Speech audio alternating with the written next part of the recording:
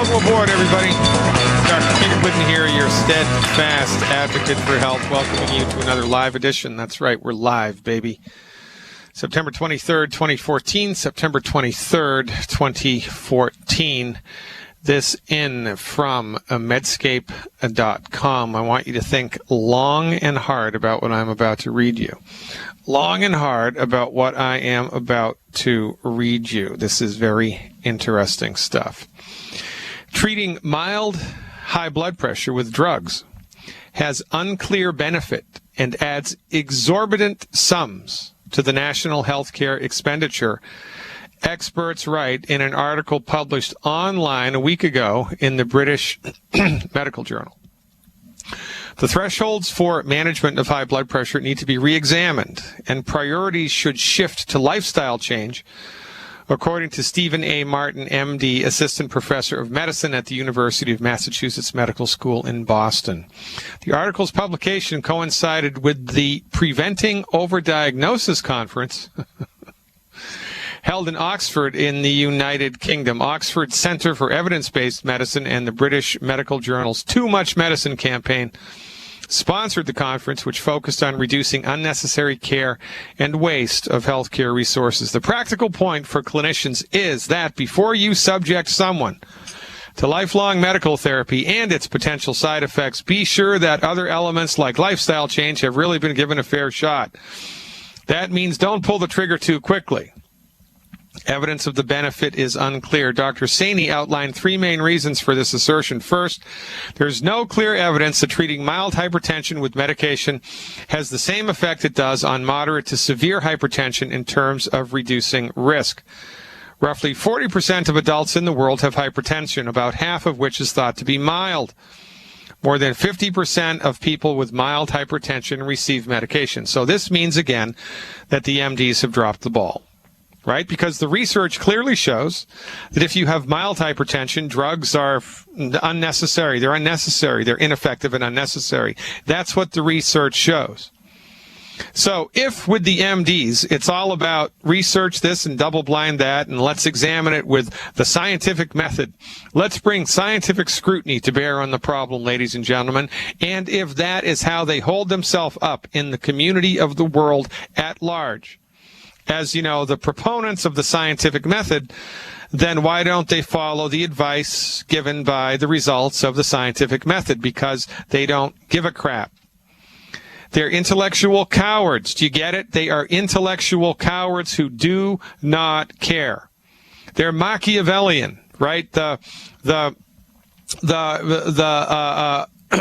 ends justify the means. Well, what are the ends? Well, I guess putting more money in their pocket. I can't see any other real reason to promote a therapeutic that costs billions of dollars a year and doesn't do any good medically and produces side effects that then the patient has to deal with. You know, one of the leading side effects of blood pressure medication, hydrochlorothiazide, is type 2 diabetes.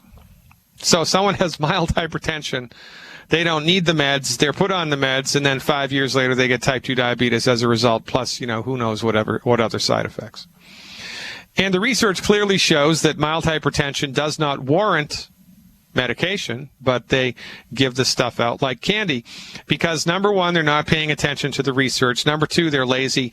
Number three, they're morons. And they get away with it. I mean, is anybody going to go to jail here? Are there going to be any repercussions? Are there going to be any repercussions? Have there been any repercussions for MDs giving out antibiotics like gumdrops for bronchitis when the research clearly shows that antibiotics are completely ineffective for bronchitis? And as a result of the indiscriminate, unwanton use, or indiscriminate, wanton use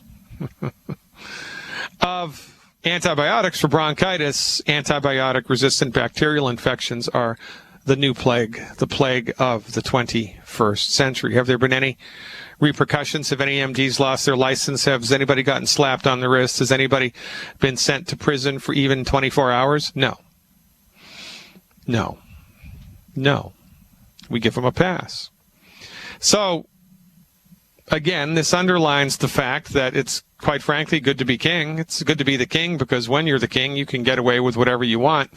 And when the MDs screw up big time, people in their community who are open-minded and progressive, they'll throw up warning signs, but they're never, ever going to go so far as to demand repercussions for the people that prescribe like this and that generate overburdening costs and unbelievable side effects for the patient base.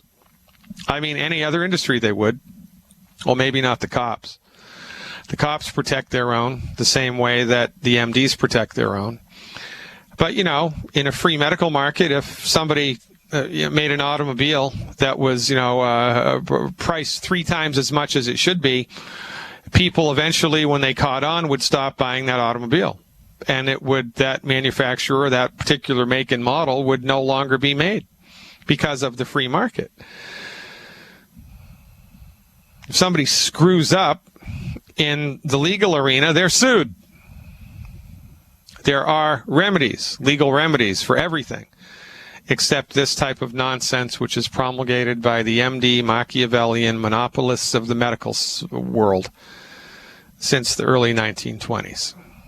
It's an out-of-control train wreck, ladies and gentlemen. It is a juggernaut, a Machiavellian juggernaut of mediocre medical therapeutics brought to you by lazy physicians who are intellectually cowardly, who are unable to pick up a medical journal and read it and then have the cojones to institute the appropriate changes. Oh, no, we can't do that. I don't want to look bad. I don't want the director of the medical hospital. I don't want the chief medical officer of the hospital who I work under to give me crap. I don't want him to yell at me in front of all my other colleagues. Oh, no, I have quotas to meet. I have a certain amount of people I have to admit to the hospital every month. I have a certain amount of people whom I have to have ultrasounds and diagnostic arrays done for every month. I have a certain amount of prescriptions I have to fill every month. So, you know what? Damn the torpedoes. It's not going to hurt them, is it? It's not going to hurt them. Well, guess what? It is, in fact, going to hurt them. And this is what happens when society is monopolized by any aspect of society. It's bad. It's the rise and the fall of the Roman Empire all over again. It's good to be the king because when you are the king, you can get away not only with murder, but you can get away with bankruptcy, you can get away with side effects, you can get away with pain and suffering, levying pain and suffering upon your constituents rather than helping them actually to recover their health, which was in fact your charge. Now, all of this conversation that I'm talking about here today in the context of this article is inside of the arena that the MDs, even when they do treat hypertension correctly, right? It's someone that really does in fact have not mild hypertension, but frank hypertension. Even when it is frank hypertension and the MDs intervene, they intervene incorrectly. Because you don't have hypertension because you have a bad gene. You don't have hypertension because you're getting older. You don't have hypertension because you have a heart and blood vessels. You have hypertension because your body has run out of the nutrients that it needs to keep your blood pressure optimized, to keep your kidney function optimized, to keep your cardiovascular system optimized. Your body has run out of the nutrients necessary to keep that part of your system healthy. So the MDs intervene incorrectly. They give symptom-suppressive, synthetic, man-made pharmaceutical medicines, the intention of which is not to cure the hypertension, but to orchestrate a violent, often violent overthrow. They're overtaking, overthrowing, and overpowering the built-in, a hostile takeover of the metabolism of your body with synthetic man-made drugs sold to you at a profit. And the intention of the drug is not to cure the disease. The intention of the drug is to manage the symptoms. And apparently we're all okay with this because you've bought this hook, line, and sinker, and now the government makes it mandatory for us here in the United States to buy medical insurance to give us access to this type of incompetent medical treatment. Again, your MD may be the nicest person God ever created, but they're not trained how to cure your disease. They are not trained how to cure your disease. They're trained how to manage your symptoms. And, they're good at managing your symptoms, but when you manage a symptom instead of curing a symptom, what happens? You generate side effects, and the original cause of the complaint gets worse and worse and worse and worse. No different than painting over the mold that's gotten into your basement because there's been water intrusion. If you just paint over the mold and don't pay any attention to the water intrusion, guess what? It's going to get worse. Well, that's what happens with us. This is medical incompetence. It's old-fashioned, Machiavellian. The ends justify the means, right? It's mediocre medicine at best. It's bad. But apparently it's all the rage because now the government wants to give us exclusive access to this. It makes it mandatory for us to buy medical insurance to give us access to this type of incompetent, old-fashioned, outdated, dangerous medical madness. But nobody is preventing you yet from taking your vitamins. They are preventing people in the European Union from taking their vitamins. There's a limit to how strong a dose of a vitamin you can buy at a health food store. If you want a therapeutically effective vitamin supplement, you have to get an MD's prescription for that. Can you believe that? They wanted to do that here in the United States, but we passed a law years ago called the Dietary Supplement Health Enforcement Act, which drew a line between the pharmaceutical industry and vitamins, so that the pharmaceutical industry cannot control or regulate or have anything to do whatsoever with the sale of vitamins. So in the United States, you can get whatever vitamin you want as long as you have the money to pay for it. And that's a good thing. So, nobody is preventing you in the United States or in North America. Quite frankly, you can get longevity stuff all around the world as single order. Nobody's preventing you from taking nutritional supplements. So you want to hold on to that. Hold on to that rope. Your ability to acquire nutritional supplements. Give your body the raw materials that it needs to fix itself. Stop eating food that's gumming up the works and get out of the way. And let the healing begin. Stick around, folks. More to come. This is from Scott Michael. Scott Michael in the live chat says, "Hey, Doc, I live in England, and yesterday for the first time I found your articles on YouTube, and I've been watching them ever since, along with those of Dr. Joel Wallach. I fully agree with your conclusions that mineral deficiencies are the most problematic thing in the world and that they have a remarkable negative impact on health. I was born with what most people consider the annoying behavior of always questioning things I do not fully understand. Join the club, brother. I've been into healthy eating for the past 4 years and have accumulated a lot of information. I therefore wonder if you could answer a couple of questions. I see within your good food list 5 items I would like clarity on. Please do not be offended. It's all that I do not believe you. It's just I want to get some information. So on my good food list, I have corn, and I'm under the impression that most corn is genetically modified. And isn't genetically modified food bad for you? Question number 1. Question number 2, dairy. I advocate dairy. Well, yes, I do. With modern farming, cows are being pumped full of steroids, antibiotics, and growth hormones. That can't be good. Lard, number 3. Again, from the cow. We'll have all of the crap that they feed the cow in its chemistry. Question 4, black tea and coffee and red wine. Apparently, if the grapes are sprayed with pesticide for the wine, you kill the very thing that lives on the skin that gives the red wine its health benefit. One last thing, I can find many websites that give ORAC values of food. However, I cannot locate a website that can give the amount of the value ratio. All right. Great questions, Scott Michael. Great questions. All right. So here's the deal. Again, right, from the proper perspective, everything makes sense, and knowledge is power. So here's the deal. In a perfect world, right? In a perfect world, we would all know which foods were genetically modified and which foods weren't genetically modified. In a perfect world, we would all eat food that doesn't have pesticide residue on it. In a perfect world, that would happen, but we do not live in a perfect world. And the research that my colleague, Dr. Wallach, did years ago, and I'm putting up a picture of this if you're watching on the stream right now. The research that my colleague, Dr. Wallach, did years ago relative to medical nutrition $25 million of federally funded research. $25 million of federally funded research. Dr. Wallach did 26,000 autopsies, 10 million blood chemistries and histopathologies. The reason that this work was appropriated, the reason that this money was appropriated and this research was funded, was because of the Minamata disaster in Japan, when an industrial company dumped tons of mercury into Minamata River. The mercury flows downstream, empties into Minamata Bay. The fish eat the mercury, soak up the mercury. The villagers eat the fish. Everybody gets mercury poisoning. Many people die. Everybody gets sick.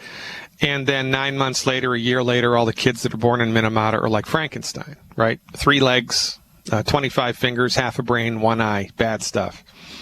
Well, the scientific community quickly discovered that this was caused by nutrient deficiency. This was caused directly to mercury poisoning. Wasn't a very difficult thing to figure out, and it sent a shockwave through the scientific community because they're thinking to themselves, "Holy crap! If mercury can do this, what about pesticides and hydrochlorofluorocarbons and all this other crap that's in the food, the water, and the air all the time?" Right? It's a valid question. You know, it was a potential human extinction event, so they hired Dr. Wallach to do the research to figure it out and save humanity. That's a pretty remarkable thing. So Dr. Wallach was in charge of $25 million of federally funded research, the intention of which was to determine once and for all the net negative effects that pollution had on the health of animals and human beings. Halfway through the study, the research is almost canceled because guess what?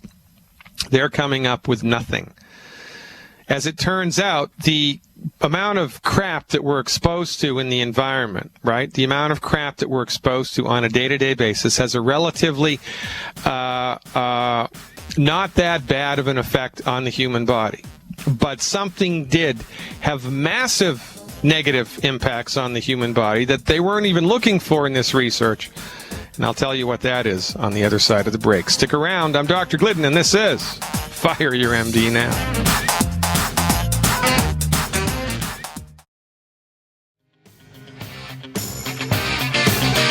Ladies and gentlemen, I'm Dr. Peter Glidden. You're a steadfast advocate for health. If you haven't checked my website out, what is wrong with you? drglidden.com. Check it out. Become an insider. Get your life back. Get your health back. Get your wealth back. It's like playing country music backwards. You become an insider. It's like playing country music backwards, right? You get your dog back. You get your job back. You get your wife back. You get everything back. Life is good. So to finish up, with the question from the fellow in the United Kingdom from the website. So Dr. Wallach is doing all of this research, right? The intention of which is to figure out the net negative effects that pollution has on the health of animals and human beings, and they're coming up blank. Because as it turns out, exposure to crap in the air, crap in the food, crap in the water, at the levels that we're exposed to it now has very little negative effects on the health. Environmental toxins have a big effect on health when it's a big dose, like Chernobyl, like Minamata, right? Big dose.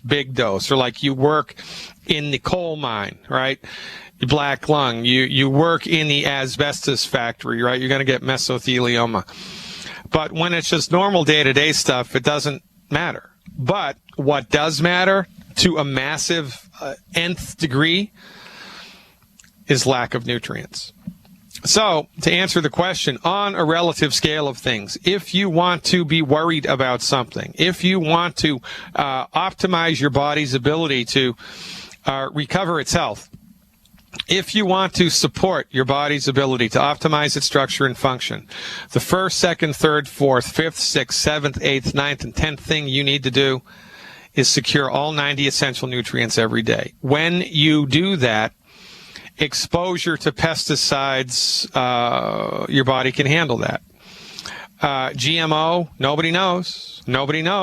Maybe it's bad. Nobody knows. We haven't had enough time. I recommend people stay away from it because, it just kind of makes sense.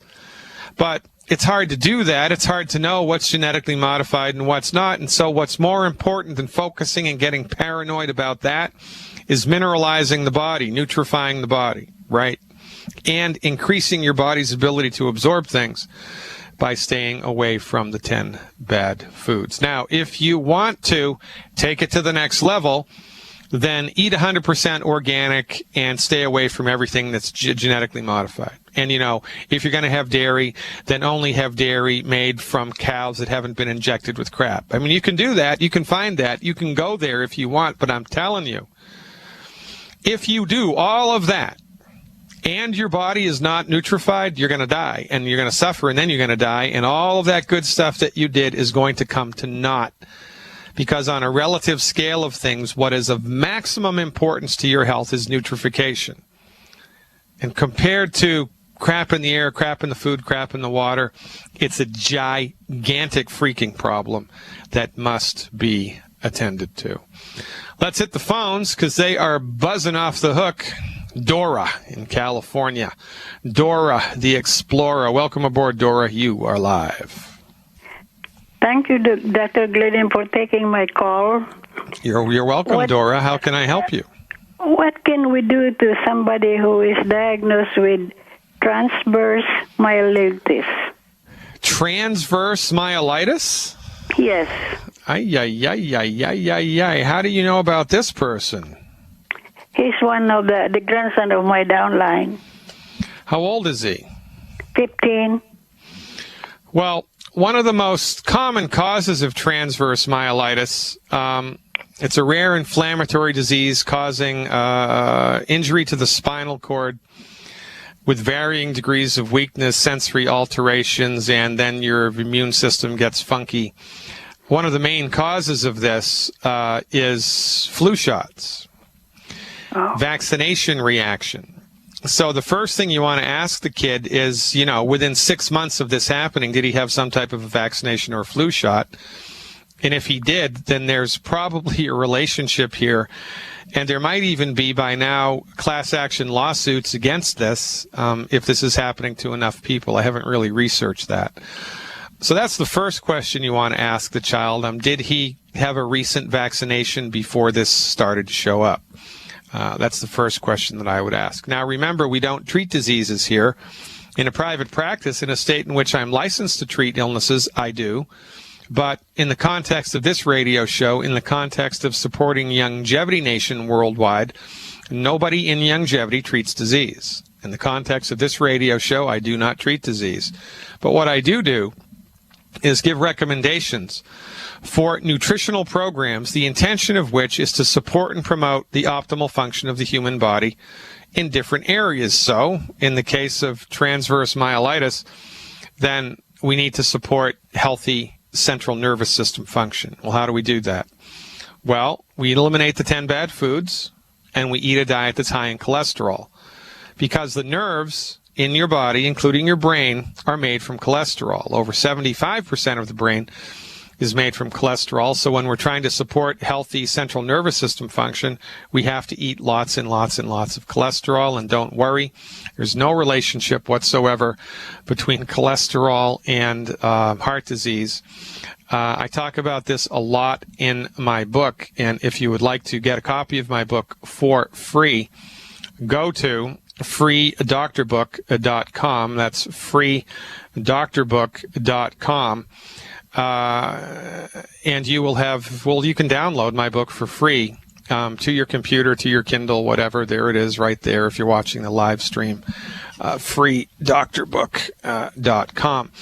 It talks all about the relationship between, or the non-relationship between cholesterol and heart disease to kind of, ease people's anxiety given to them by the American Heart Association because they're intellectual cowards who care more about their pocketbook than they do about presenting factual, scientific information to the community at large. So, high cholesterol diet, eliminate the 10 bad foods, salt his food so that it tastes good with sea salt or Himalayan salt that has iodine added to it. And for nutritional supplements, that's easy. The recommendation would be per 100 pounds per month, one Healthy Start Pack 2.0 liquid, one Healthy Start Pack 2.0 liquid per 100 pounds of body weight per month, one plant-derived minerals per 100 pounds of body weight per month.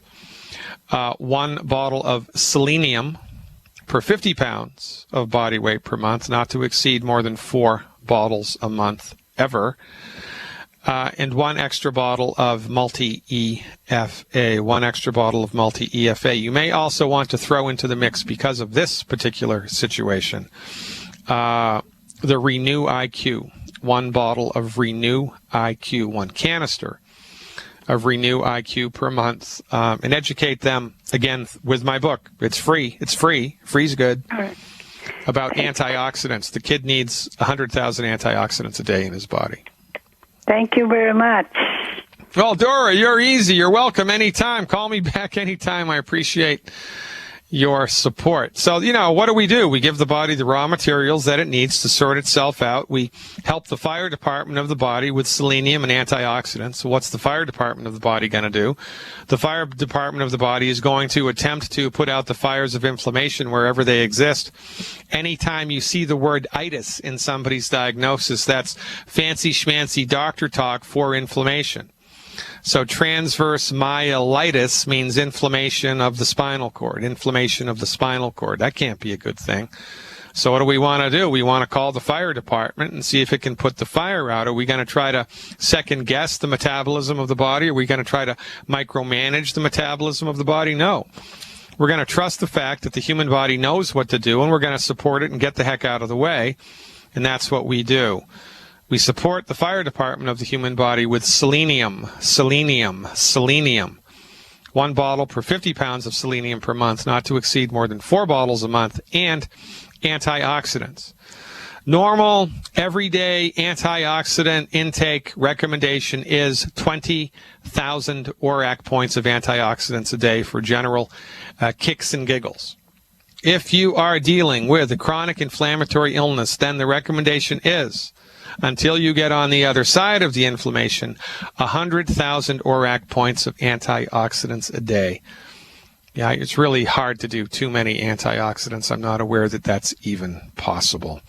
Let's go to Tampa, Florida next and talk to Rose. Rose, or Rose by any other name, would smell as sweet. How are you, Rose? What's happening? Hi, Dr. Glidden. I'm wonderful. Thank you so much for taking my call. Yeah, I'm happy to help. What's up? I love your show. Love you and Dr. Walsh. You are my heroes. And I actually found you because I was trying to help my friend who has ALS, Lou Gehrig. He was on this program for 2 weeks. Unfortunately, he did pass. But I have to tell you, this is a great testimonial to the product. He was able to stand without the help of his wheelchair temporarily, and he had a lot more energy just being on the products for 2 weeks. So that's a great testament. I wish I had the 90 days with him. I didn't have enough time with him. He did pass, but products are amazing. Also, I'm an acupuncturist, and I put all my patients on the longevity products. And what I'm finding is that when they're not nutrified, their treatments don't work as well. They're not as effective, and they don't hold. Their treatments don't hold as long. So I just wanted to give you that tidbit. Well, I want to talk about that for a second here. And if we come up against a commercial break, you hang on, and I'll bring you up first thing on the other side. But that's been my experience as well. I mean, if you read, before I really got into longevity and really became a student of Dr. Wallach's 5 years ago, I did classical homeopathy. That was like 80% of my work with patients. 80% of my clinical work for 20 years was classical homeopathy. And if you read the classical homeopathic texts, those guys, the 19th century homeopaths, the people doing homeopathy in the 1800s and the early 1900s, were curing things like cancer, tuberculosis, diphtheria. I mean, big bad voodoo daddy stuff, congestive heart failure, right? I mean, bad stuff, tuberculosis, curing it with homeopathy in the 1800s. Well, we don't get nearly as good results in the 21st century as they did then, and inquiring minds want to know why. You would think we would get better results, especially with homeopathy, because now of all the repertorization software that we can run on computers, it really takes all the busy work out of it. You would think that we'd get better results, and there are some homeopaths in the world that do, but by and large, most of us don't. And I think the reason is in the 1800s, before the invention of electricity, everybody heated and cooked with wood. And when you heat and cook with wood, you have wood ash left over as residues. And back in the day, culinary ash was an industry all by itself, and people would come around to households and they'd collect the wood ash, and then they'd bring it to farms. They'd bring it to the community gardens. They would actually sell the wood ash, and people would put it in their gardens, or they'd put it directly in their food. They'd put it in their soups, in their stews, in their bread mixes as culinary ash. And well, guess what? Ash from wood, burned plant material, is 99.99% minerals, because you can burn the cellulose and the sugars and the fibers in the plants in a fire, but you can't burn the minerals. So the ash that's left over is minerals. And so back in the 1800s, by putting the wood ash in their food, in their gardens, people were mineralizing their bodies. And when you apply an energy medicine like homeopathy or acupuncture to a mineralized body, guess what? It works like a charm. Stick around, Rose. I'll bring you back. We have acupuncturist Rose with us, and that's an interesting phenomenon, don't you think, Rose? I couldn't agree more, because when you mineralize people with the longevity stuff, we get better response with energy medicine than we did before. And I mean, if every acupuncturist and homeopath in the world knew this, it would be a different situation. Yeah, absolutely. And I always wondered why I got such inconsistent results. It really is the difference between people being nutrified and not. So I put every single patient, I just put them on the longevity products, start with the Healthy Start Pack 2.0 liquid. So they really need it. Even more than just acupuncture, I just want to have my patients on all the longevity products first and foremost, and then occasional treatments to help, tweak their health. But I just think this is so important. Also, I had asked the question about my husband, and I did put it in the chat room. I know you answered it about my husband has gout, and I think he got off his meds too soon. He knows about the purine foods. I mean, he's been battling this for over 20 years. He avoids those high purine foods like the plague, but I don't think he's allergic to any of the supplements, because now I use applied kinesiology from muscle testing to check him before I put him on anything. Yeah. Including food. Yeah, and he's not allergic to any of the supplements, except I thought the glucogel liquid, because it says on the front bottle, may contain shellfish. So that's why I wasn't sure if it was that, or maybe we just suppressed his symptoms with the Uloric, which lowers the uric acid naturally, or not naturally, well, with meds, and the cold cries. I think he was off his meds too soon, maybe. That's the most common, like there's a saying, right? When you hear hoofbeats, you think about horses before you think about Sasquatch, right? Because you think about the most common things that cause things before you think about strange things. And certainly the most common cause of any type of a chronic symptom flare-up is too rapid reduction of the meds. I mean, hands down. And the metaphor that I used in the chat room is a good one. It's kind of like, you go to the dentist, they shoot you up with Novocaine. They drill your tooth, put a filling in the tooth, you don't feel anything. And then 3 hours later, you're home, the Novocaine wears off, and man, oh man, that hurts. Well, that pain was always there. You just couldn't feel it. So in the case of gout, when you take these symptom suppressive medications, the pain is still there, the inflammation is still there, you just don't feel it. And then when you withdraw from the medication too quickly, all of a sudden everything comes back in spades.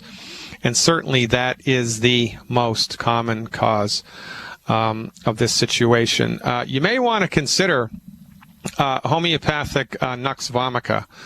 Homeopathic Nux Vomica. Give him a dose or two of homeopathic Nux Vomica in the 200C strength, and see if that doesn't help to take the edge off of the gouty attack. But really, there's nothing to do here besides soldier on, antioxidants, selenium, increase the fire department of the bodies, optimize the fire department of the body, and use the digestive enzymes to help support gallbladder health, which will help support liver health. And over time, as the liver gets straightened out, we believe that the gouty diathesis will fade into nothingness. How do you spell Nux Vomica, and where would I get that? It's homeopathic. You can get it at any health food store. In most health food stores, in the vitamin aisle, they have a little section where they dispense the homeopathic remedies, and they're dispensed in small usually in plastic trays with the homeopathic medicines alphabetized. I'm holding one up here for people who are watching the live video stream. So it's in the vitamin aisle. They have a section of homeopathic medicines. And this particular medicine is called Nux, N like Nancy, U, X like X-ray. Second word, Vomica, V like Victor, O, M like Mary, I, C, A, Nux Vomica. See if you can't find it in the 200 C strength or the 200 CK strength. If you get it in the 200 CK strength, give him 2 pellets twice a day for 3 days. If you can only find it in the 30 C strength, give him 2 pellets 4 times a day for 3 days. Orally, just pop the little pellets in his mouth, have him suck on them. That's either going to help or it's not going to help, but it's not going to hurt. And, homeopathy, often like acupuncture, can go a long way towards easing the symptoms of an acute manifestation. Keep up the good work, Rose. We're out of time in this segment. Ladies and gentlemen, hour 2 coming up. I am Dr. Peter Glidden, your steadfast advocate for health. And check out the live stream, if you haven't already, the Dr. Glidden Show at .tv. Stick around. The best is yet to come.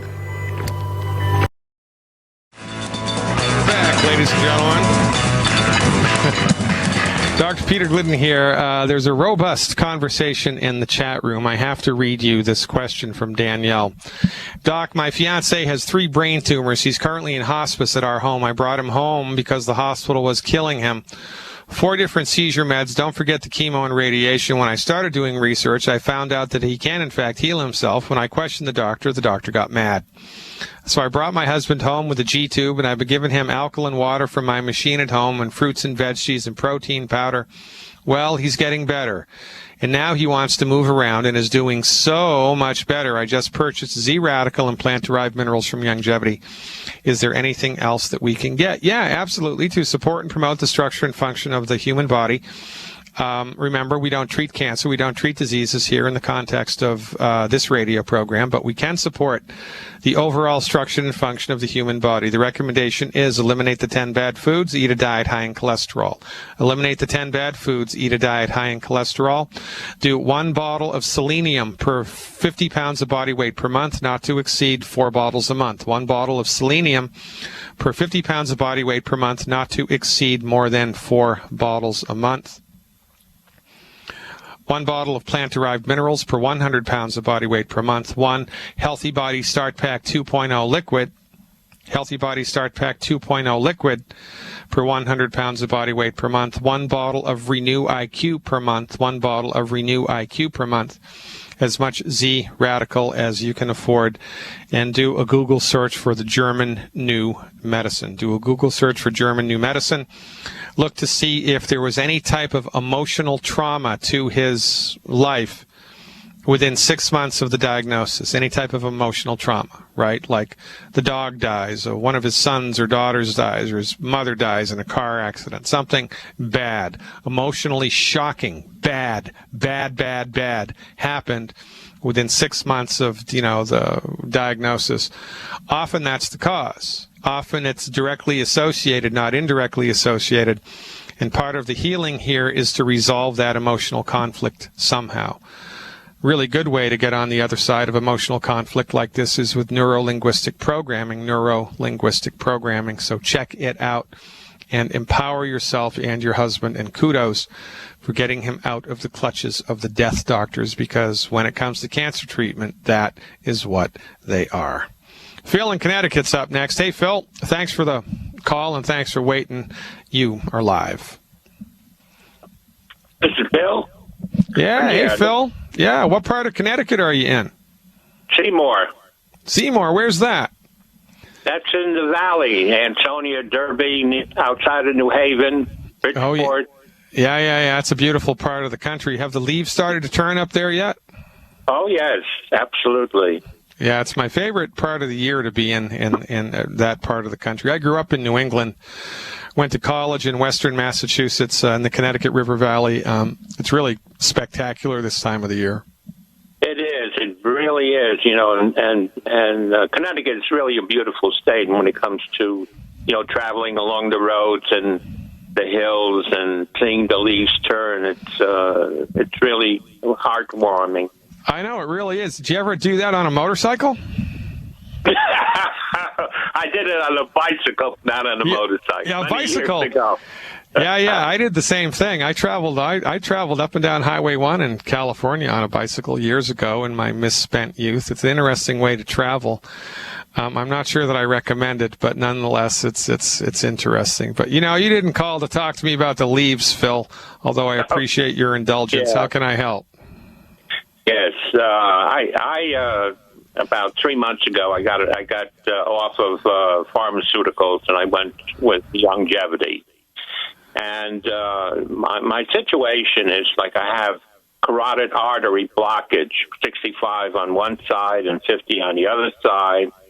I have some, as far as the heart goes, I have some arteries that are not allowing the oxygen to get into my heart. And also, I had, it's basically I want to clean out my blood vessels. And what I went to the University of Bridgeport, and they ran a test as far as blood and hair analysis, and it showed that I was, I had too much vitamin B3, 2 and 1, and taking the longevity supplements, I was concerned about the fact that the hair analysis and the blood work showed that I had an overage or too much of certain minerals and vitamins. Could that? And so that sort of caused me a concern. I mean, I didn't want to, taking the 90 essential nutrients. It's a great question. I take too much of it. It's a great question. You're paying attention. What did you do for a living, by the way? I was I lived most of my life in Jacksonville, Florida. I was in the ethnic beauty supply business. Oh, really? That's fast. That's my house in the country in the 70s. Son of a gun. Well, that's quite a switch from Tampa to Connecticut. Wow. All right, so let me answer the question for you. It's a great question, and it's a cause of much unnecessary concern in the world, because here's the deal. MDs, bless their hearts, are trained in a philosophy of medicine called reductionism. And reductionism is a peculiar way of looking at the body and how it works. It's a peculiar way. It's old-fashioned. It's outdated. It's lopsided. Reductionism, when you bring a reductionistic scientific medical model to bear on understanding nutrition, you're always going to come up short, because there's a ton of data points that the reductionistic model does not take into consideration at all. The reductionist has a built-in bias before the research even begins, and therefore their conclusions must be incorrect. It was kind of like if you didn't know what gravity was, and you had no idea how big the sun was and how big the earth was, and you went outside, you could reasonably conclude that the sun moves around the earth because, look, you can see it, right? I mean, the sun moves every day. It rises in the east. At noon, it's overhead, and it sets in the west. For goodness sake, man, wake up. It's the sun that's circling the earth. Well, guess what? Not so much, because you were missing some really pretty important data points. And, well, it's the same way with all of this stuff about vitamins and nutrients from the MD's point of view, which is a scientific point of view, but it's a reductionistic scientific point of view, and it has a built-in bias that the MDs are completely unaware of. So going to a medical doctor for advice about nutrition is like going to a chiropractor for advice about open heart surgery. I mean, you wouldn't do that, would you? I love chiropractors. I think chiropractors are worth their weight in gold, but I'm not going to go to a chiropractor or take any advice from a chiropractor about open heart surgery, because that's not their thing. And, a chiropractor will admit that, but a medical doctor will not admit it. And this is the problem. The education of a medical doctor lends them to massive amounts of hubris. They believe that their you-know-what doesn't stink and that they know everything there is to know about everything, and that's a problem. So the short answer here, Phil, is you should not take the advice of a medical professional who has no training, no experience, no respect, and no appreciation for medical nutrition about medical nutrition. They're the wrong dog for that hunt, number one. Number two, It is possible to overdose with vitamins. It's also possible to overdose with sunlight. It's also possible to overdose with water or oxygen, but it's really, really, really, really hard to do that. Last year in the United States, 0 people died from vitamin overdoses. 750,000 people died from MD prescription medications. 750,000. MD-directed medical treatments are the leading cause of death in the United States, and nobody died from a vitamin overdose. I don't think anybody's died from a vitamin overdose in 10 years in the United States. So overdosing vitamins is a non-starter. It's not going to happen. You do not need to be worried about it, but you do need to entertain the question, well, what the heck is it that's causing my arteries to get clogged up? And, scientific medicine, reductionistic MD-directed medicine does not have an answer. They do not. They have no idea what causes your arteries to clog. It's not cholesterol, because if it was cholesterol, after $25 billion spent on cholesterol-lowering statin drugs every year for the last 35, 40 years, you would think that the rates of congestive of coronary artery disease would have decreased, but they haven't. Just as many people get clogged arteries now as they did before statin drugs. Statin drugs are irrelevant in the treatment of coronary artery disease because cholesterol is not the problem. So we are of the belief, the holistic community, naturopathic physicians, myself and Dr. Wallach and a handful of our colleagues are of the opinion that one of the leading causes of the arteries getting clogged is consistent consumption of food that's inappropriate for the human body, which when eaten causes low levels of inflammation, which, like the straws that broke the camel's back, build and build and build and build and build and build and build until something breaks. So when there's a little bit of inflammation in your blood vessels every day, a little bit of inflammation in the blood vessels, a little bit of inflammation in the blood vessels, it causes irritation and inflammation of the wall of the blood vessel, and then that starts to deteriorate, and your body knows that you're going to bleed to death if that continues to happen. So presumptively, the body puts a cholesterol bandage over the site of inflammation to keep you from bleeding out. We believe that chronic inflammation is the cause of coronary artery disease, not too much cholesterol. So what do? Well, we counsel people to stop eating food that causes inflammation. I mean, that's pretty easy to do. It makes sense. You can get that list for free on my website, drglidden.com. Sign up for my newsletter. It's free. And as soon as you do, you'll be sent a video with the list of the 10 bad foods and an explanation of why. So the counsel here is to stop eating food that's causing the inflammation. You have to do that. If you don't do that, the supplement program that you're on will be ineffective, or it'll be piss poor. It'll be like spitting into the wind. The next thing you need to do is take 1 bottle of Youngevity's selenium per 50 pounds of body weight per day, and 1 bottle of Ultimate Daily Capsules per 100 pounds per month, actually per 200 pounds per month. They're up against a hard break, Phil. Stick with me. I'll finish this up when we come back.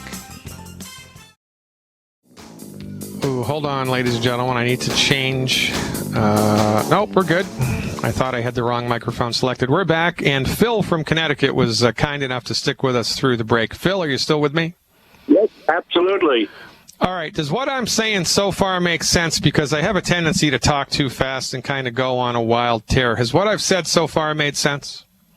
Absolutely. The biggest thing that was, that I really couldn't overdose on minerals or vitamins. And this is what, Yeah, I know. It's the fear that they put into me. Yeah, and they really, in a perfect world, Phil, I mean, it would be illegal for them to give you advice about this stuff because they don't have any education or training in it. I mean, they just don't. But they do all the time, and this is a problem. This is what happens when, a monopolization sets in, and that's exactly what's happened here. So what we do here is we stop eating food that causes inflammation, right? Number one. Number two, we support the fire department of the body, because the fire department of the body puts out the fires of inflammation, which are just normally occurring things. And then number three, we give the cardiovascular system support, keep our fingers crossed, and hope that it cleans itself out. So to do all of those things, the recommendation is 1 Healthy Start Pack 2.0 liquid, 1 Healthy Start 2.0 liquid per 100 pounds of body weight per month. 1 bottle of selenium per 50 pounds per month, and you don't want to take more than 4 bottles of that a month. 1 selenium per 50 pounds per month. Don't take more than 4 bottles of that a month. 1 bottle of plant-derived minerals per 100 pounds of body weight per month. And 1 bottle of Ultimate Daily Capsules per month. 1 bottle of Ultimate Daily Capsules per month. Now, once you've dialed all that in, the last thing to do is to figure out a way to get 100,000 antioxidant ORAC points into your body every day. 100,000 ORAC points of antioxidants every day. Youngevity has nutritional supplements that are high in antioxidant points. They're chocolate, triple treat chocolate. It's chocolate. 1 piece of the Youngevity's chocolate has 19,000 ORAC points. I mean, so take 5 pieces of chocolate a day and you're good. Otherwise you can start to get into the habit of, having red wine and green tea and cinnamon and curry powder and stuff like this. I wrote an entire chapter about this in my book, which I'm giving away, by the way. It's free now. You can go to freedoctorbook.com, freedoctorbook.com, and you can get a copy of my book, download it to your computer for free, and it'll explain all this stuff about antioxidants and how to secure them. But that's your goal, man, is 100,000 ORAC points of antioxidants a day. Eliminate the 10 bad foods, do those other supplements, and keep your fingers crossed, right? And every month you should start to feel incrementally better. Thank you. I really appreciate this. Well, Phil, you can thank me after it works. I appreciate your trust. Really, this is a two-way street, right? I can talk a blue streak, but, you got to take the advice and you got to follow it. And I have a sense that you're already doing at least half of it. So I appreciate you. I appreciate the trust. I appreciate your open mind. For heaven's sakes, if more people in the world were like you, there'd be a whole lot less pain and suffering going around. Maryland is up from New Jersey. Wow, I'm confused. Let's talk to Maryland from New Jersey. Hey, Maryland, that's a heck of a name to grow up with. Thanks for calling. You are live. Thanks for inviting me on. My question the only problem, Maryland, is that, is it Marilyn? How do you spell your first name? Marilyn. Oh, yeah, my radio guy got it wrong. I think he's just playing with me. Because I was going to say if your name was Maryland, like the state, your initials would be MD, and that'd be a bitter pill to swallow. Right. So what's going on? How can I help? I need to know, what do I need to take to optimize my blood pressure? Calcium. The Healthy Start Pack with the liquid calcium, plus 1 extra bottle of calcium a month. And I prefer the liquid calcium because I'm getting feedback from people that, and this is only some, it's not everybody. It's probably a small percentage rather than a big percentage. But there are some people who have been taking the powdered calcium who are experiencing calcium deficiency syndromes. And, there's only one possible solution, that they're not absorbing the powdered calcium. So I recommend everybody use the liquid calcium for the first 3 months. So for you, it'd be easy. Eliminate the 10 bad foods and do 1 Healthy Start Pack 2.0 liquid per month and 1 bottle of Cal Toddy per month on top of that. That's the first thing to do for 90 days, and keep your fingers crossed. Appreciate you. Stick around, folks. More to come. Hey, Dora from California is back with another question. Hey, Dora, thanks for calling back. What's up? Hi. That was my husband's favorite song. The Pink Panther, yeah? Yeah. Oh, anyway, I'm concerned about my left arm for about 2 weeks now.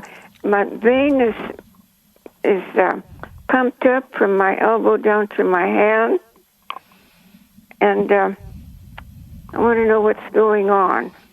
Well, so what is it again? Give me a heads up. The top vein, top vein on your arm, from my elbow. Well, from where you take your blood, down to the end of my hand. It's swollen. No, it's pumped up. Pumped up. Do you have a blood pressure cuff? I do. So you want to take your blood pressure 2 or 3 times in one day. You want to write the numbers down. Uh-huh. and you want to make sure that they are both under 140/90. It's been pretty high. What's it been? 166/92. What else? Pardon me? Give me another reading. Oh, and then after I know that, it goes up because I get worried. Yeah, all right. So, you're right. So this means that you're borderline hypertensive, which is what we were talking about at the very first segment of the show today. So this is you're not a candidate for medication, but you are a candidate for cardiovascular support. Uh-huh. So have you eliminated all 10 bad foods? Oh, yeah. Okay. I don't, nothing fried, mostly veggies and eggs. Okay, and how much calcium are you taking every day? 3 times a day, an ounce 3 times a day. Sometimes I take an extra tablespoon at night. Okay, and your blood pressure still remains elevated like this? Well, when I get up in the morning, my the vein is down, but then after I eat breakfast, 2 hours or so, then it comes back up. Any problems with urination, frequent urination, or trouble urinating? Anything going on there? Not really, no. I've been drinking a lot of water, so I figure sometimes I have to go more. Do you live? Is there a chiropractor who lives near you? Yes, in fact, I've been going to him for the last for about a month. And does he practice applied kinesiology? I don't know, but he takes some of your minerals. Yeah. Okay. Good. Well, good for you. So you want to ask the chiropractor if he can assess your kidney function. If he can assess your kidney function. Oh, okay. Because there's only 2 things really that are at play here when somebody has elevated blood pressure, whether it's mild or whether it's frank or whether it's extreme. So it's either taking calcium doesn't help. Then it's got to be a kidney thing, and so we need to give you some type of kidney support. But I'd really, before we started running down that road, I'd really like to have a medical professional confirm that. The chiropractor should be able to do that. Okay. How do you spell that name that you gave me?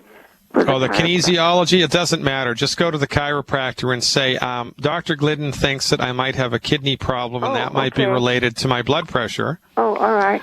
And ask him or her how to assess that to see whether or not you do, in fact, have a kidney problem. Yeah. And then do I go to a kidney specialist? No, heck no. No. Then you call me back on the radio and I'll tell you what to do. Sometimes you're hard to get a hold of. Oh, Dora, I'm the easiest person in the world to talk to.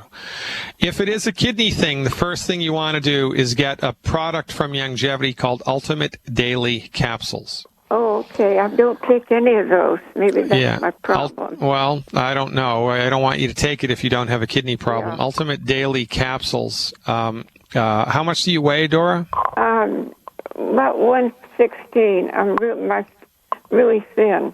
All right. I would do one of the capsules, the Ultimate Daily Capsules, 3 times a day with meals. One with breakfast, one with lunch, one with dinner. Okay. Take it now? Yeah, it's not a bad idea. You can order it and take it. It's not going to hurt you, but I do want the professional to assess whether or not there is a frank kidney thing going on here, because if there is, we might need to do something else. But Ultimate Daily Capsules, I take those every day preventively. So the chiropractor is the one to talk to? About kidney function, you want him to assess whether or not your kidneys are healthy and happy and holy. Okay. All right, then I'll call you back. All right, Dora. Appreciate you. Good luck. You're welcome very much. Colorado's up next, one of my favorite states. Hey, Dennis, what part of Colorado are you in? And thanks for the call. Denver area. Can you hear me? Yeah, I can hear you loud and clear, man. Have the aspens started turning yet? You know, I haven't even looked outside in the last 2 weeks. I guess they have. I've heard they have. Yeah, there's nothing like the Colorado Rockies when the aspens start to change, man. It's like a magical wonderland. Folks, if you're in the listening audience and you've never been to Colorado, the Aspen area of Colorado in October, go, because it is just a spectacular sight to see. Really, really special stuff. Dennis, thanks for calling. What's up?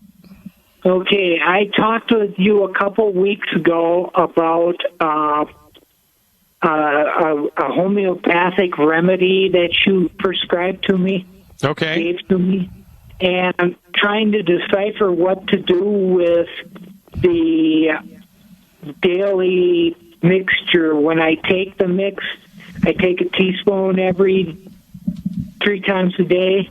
Yeah. And when I get to the end of it, how do I replenish that? So, is it helping? I don't know. I'm not seeing any difference right now. And what was the reason that I gave it to you? What was the chief complaint? I was going to say the dizziness that I'm experiencing with my MS.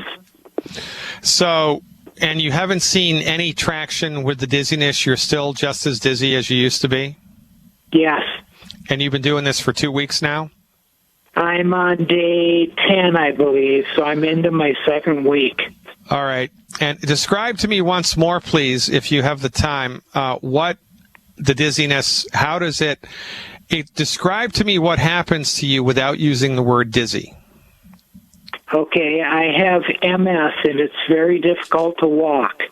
And primarily, the difficulty comes when I try to stand up with the aid of a cane or a walker. I want to fall over forward, backwards, whichever way, and the walker helps me stay up. And when you're sitting down or when you're lying down in bed, do you get a sense that the room is spinning or that you're spinning or that there's anything else going on, or does this only happen when you're attempting to walk? I'm going to say a little bit of dizziness when I'm sitting in a chair. When I'm sitting in a chair, I really need the armrest to help me stay upright. And if you didn't have the armrest, would you fall forwards, backwards, or to the side? Probably to the side. Left or right? Either, both. Okay. As much one as the other. Yeah. And does anything make this sensation of dizziness feel better? Does anything make it go away? I've tried to notice, but I have not noticed anything. Okay, that's a good answer. Nothing I've eaten or drank or anything helps it, reduces it. Okay, what was the name of the remedy that I recommended you take? The Nux Vomica. Yeah, okay, good. Okay. And then after that, another one which I haven't been able to locate yet, the something acid something. It's coming to me right now. It's, the phosphoric acid? It was probably picric acid? Picric acid. Pecricum, yeah. Yeah, so let me give you a website. That's the one you want to switch. You want to switch to that one next and see if that makes any difference. But after the 21 days? No, you can switch right now because there should have been some demonstrable change, 10%, 20%, 30% improvement by now. Okay. If there's been none, then, you can switch it up. And let me give you a website you can go to. Or can you, I'm assuming you're good with the internet? Yes. All right, it's smallflower.com. Okay. Now, if that doesn't work, there's an 800 number you can call. It's 800-276-4223, 800-276-4223. That's a company called Homeopathy Overnight. You can order the Picricum acid either from them or from smallflower.com, I'm assuming. I know that Homeopathy Overnight would have it. I don't know if Smallflower does, but, you can just try one and then go to the other. But that's what you want to do. I would stop taking the Nux Vomica now. Wait till you get the next homeopathic medicine and then do that. And after you've taken 7 doses of that, or 7 days of that remedy, you call me back and tell me your report. Okay, thank you. Doctor, right, how Dennis. should he take that one? The same way as the Nux Vomica, the same way. Okay. The recommendation is the same. So he wants to take the picric acid the same way that he's been taking the Nux Vomica. The only difference is you need to just get a different bottle to make the liquid solution in, or take the bottle that you're using now and run it through the dishwasher so it's nice and clean before you start the picrocum acid. Okay. All right. Good luck, Dennis. Give me a call after you've done that for 7 days, and I'll look forward to it. Christine from Virginia is up next. She wants to talk to me about everything, and I love it when that happens. Hey, Christine, what's up? Hello, how are you? Oh, I'm good, but God willing and the creek don't rise, I'll get better. What's going on? Okay. We're on? We're on. We are live. Oh, okay. I'm new to the longevity program, and I want to explain a lot of my, because I have a lot of medical problems, and I want to know if this will help me. And I was introduced to it by Cleveland, so I want to explain that I have health issues like high blood pressure. Yep. I'm a diabetic. Yep. I have now I have kidney problems. Yep. And arthritis. Yep. Why you keep saying yep? Because we can help you with all of those things. Okay. And I'm glad to hear that. So then you tell me how you can help me. Okay. So the first thing you need to do. Oh, by the way, I'm sorry that you know Cleveland. I really am. Okay. You know, sadly, we have no remedy for that. Okay. I understand. You understand, right? All right. So first things first, Cleveland will tell you that there are 10 foods that you need to stop eating. And you really need to dial that in. No crying, no moaning, no, nothing. You just stop eating those 10 bad foods, and Cleveland will tell you how to handle that and how to manage it, and, you know, what to have for breakfast, lunch, and dinner, and so forth. That's a very, very important part of this, Christine. You have to stop eating food that's gumming up the works, number one. And then we just have to figure out a supplement program that's appropriate for you, and that's really relatively easy to do. I have a hard commercial break now, Christine. Stick around, and I'll dial you up as soon as we are back.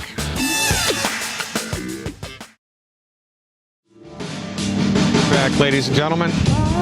Talking to Christine in Virginia. All right, Christine, so what's your current body weight, please? My current body weight, 190. Yep. Okay. So we got to start somewhere, right?